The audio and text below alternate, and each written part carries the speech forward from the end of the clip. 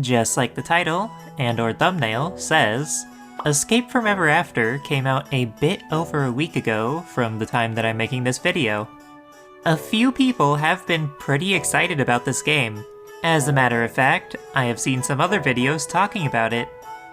I was given a key really early from release, of which I only got to by the time it actually released. I'm busy. I have student loans. Also, funny enough, I wasn't going to play it until those other videos convinced me to. Paper Mario just isn't my favorite. I have only played Super Paper Mario and Sticker Star.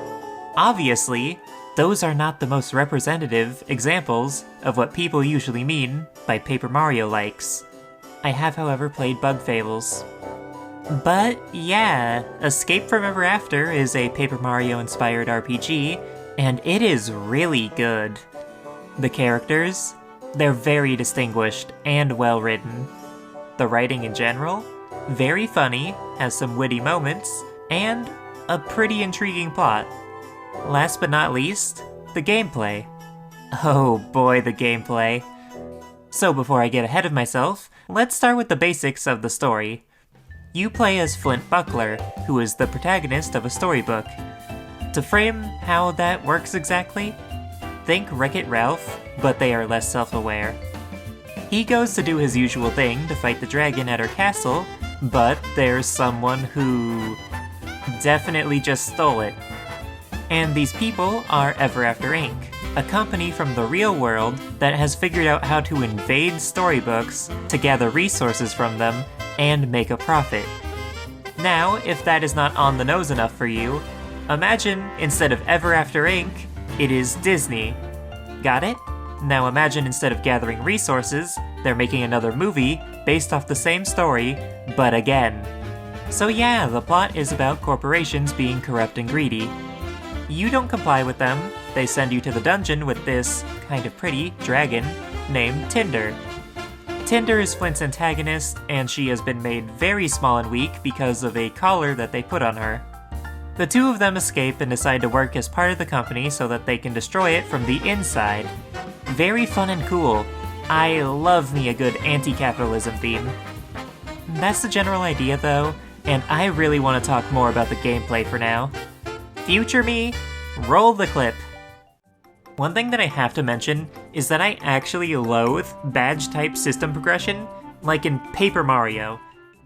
So yeah, I much prefer EXP systems compared to the badge system that is iconic in Paper Mario-style games. By the way, this game refers to badges as trinkets instead. EXP and stat-based systems are just more accessible to people with, say, disabilities, who could instead grind stats to make up for not being able to react quick enough. And of course, there's also children and people who just don't have the time to practice games. This game actually has very good badges though. Now these kinds of trinkets actually cost a fair bit of TP to equip, but the hub world has a shop with an attack up trinket. It's just on full display.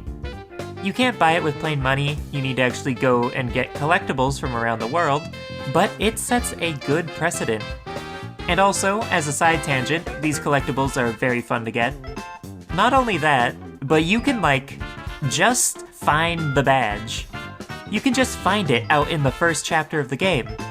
So yeah, by the time I was able to afford the badge, I already had one, so now I have two. I have two attack up. That's really, really fun to have. It's super easy to get more trinket points too, because you can get a lot of EXP in the game. More than that, you don't exactly need HP or MP upgrades when you level up either. Now that's something that a lot of Paper Mario type enthusiasts will usually say, but oftentimes it's a little unreasonable to demand of the player. But however, in this game, there is a synergy system, which basically means that you can use special moves when you build up enough of the meter. But another thing that you can do is a full team heal that also restores MP. This is amazing because it rewards a different, more defensive playstyle, but also doesn't make the game too easy for someone who wants a challenge. And even more about trinkets, there's more than just stats up, of course. I like this one that gives you a chance to inflict poison on your attacks. Poison in this game doesn't deal damage, but instead it lowers the defense of the enemy. Flint's basic attack is a multi-hit, so you get more chances to inflict poison, and a lot more damage.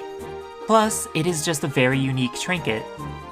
There's more trinkets that also support defensive playing, like I said earlier, such as reducing damage at low health, getting chances to dodge at low health, and better blocks. I do have something to say on that note though, but I will mention it in a bit. So yeah, trinkets, but there's also the main mechanics. Enemies can hold certain items like shields or pointy weapons, and it makes combat very interesting. Attacks that require you to get close will get you poked by enemies with weapons pointing at you. Jumping attacks will get you hurt if their weapon points upwards. Shields will block all damage and defend enemies behind them. It all just works together in a neat system, but it's not just mindlessly choosing one solution for each specific problem. For instance, there are wooden shields. There is a variety of solutions, like using fire to burn the shield, but then there's metal shields, which are more problematic. They can't be burned. You can instead use a jump attack on these, or use piercing damage, but you don't have these options at the very start of the game. What you can do, however, is upgrade your moves to add more effects to them.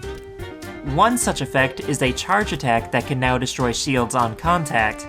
You can defeat a group of enemies this way before even getting to the first world, and these are like special enemies that you should not be able to beat super easily.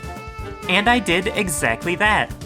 And what's really cool about that is that this area is where you would unlock what is essentially the Pit of 100 Trials. You can't do it though until you beat the first world, because there's no NPC to, welcome you into the trials. It is super cool. This game actually rewards thinking and strategy quite a lot. The things that you equip and upgrade matter, and you can choose a more risky but rewarding strategy by picking which solution it is that you want to actually use.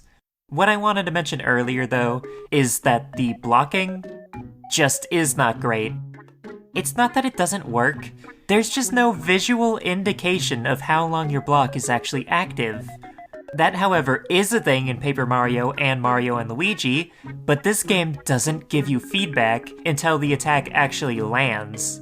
You can get the timing eventually, but that's via trial and error, but it would be so much better if you could just see when you're actually blocking. Also, the window is very short, which does not help. The gameplay is still absolutely incredible despite that though, so do not let it dissuade you. There's even an accessibility option to always block, but that feels like it would be a little too easy, so I don't have it enabled. The characters are good too, like I mentioned, not just the ones in your party, but the enemies as well. Again, you have Flint and Tinder, they're both really cool. Then you have Mr. Moon, who is the manager at your branch of the company. You would think that he's loyal to the business first and foremost, but he is actually more dedicated to his employees than you would think. There's Wolfpack, who is very upbeat, and he is just a really swell guy who is from the Three Little Piggies. So naturally, his power is music. That actually does kind of relate to wind, so yeah, it checks out. And as of right now, my newest party member is Eva, a skeleton witch. No idea what story she's from, but yeah. All the characters are of course from storybooks. That is the entire idea after all. You got the Mother Goose, Pinocchio, Little Red Riding Hood, and... Excuse me? Okay, yeah, this story rules. There is Shadow over Innsbeak, a parody of Shadow over Innsmouth, which is about Cthulhu cultists. Spoiler for the end of the level, by the way. But Sherlock Holmes is a part of this plotline, and, he... Now Cthulhu knows why they call me the Deep One-Eye. This all goes to say that the game is really good. There's a few twists that make it really interesting, fun takes on classic storybooks, and great gameplay, as I have been trying to emphasize. If you like Paper Mario-styled games in the slightest, please go ahead and give this a chance. Just like I said, it's not my favorite type of game, but this has absolutely blown me away. With all that said and done, though, thank you to everybody for watching, and I'll see you all next time. Bye-bye!